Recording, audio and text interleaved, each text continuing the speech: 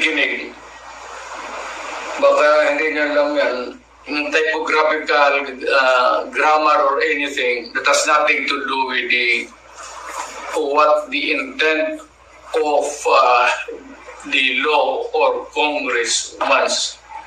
No, you put anything there that is not the reflection of what Congress has passed or what is really the correct amount doon sa mga budget, i-jumble-jumble ninyo, that is falsification of law.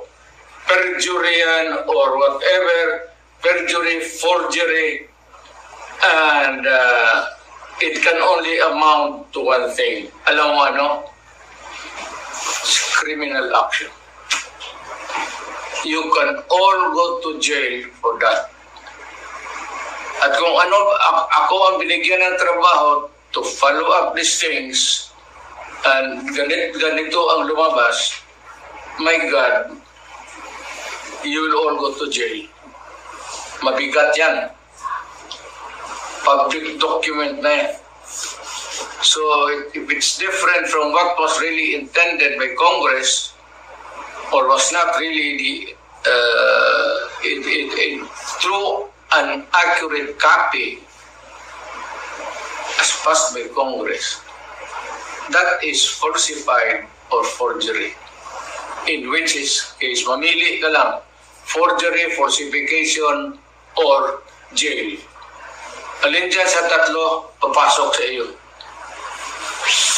Mr. President, yung nakikinig, baka hindi nyo alam yan, yung typographical grammar or anything that has nothing to do with what the intent of the law or Congress wants. No, you put anything there that is not the reflection of what Congress has passed or what is really the correct amount doon sa mga budget, i-jumble-jumble ninyo, that is falsification of law.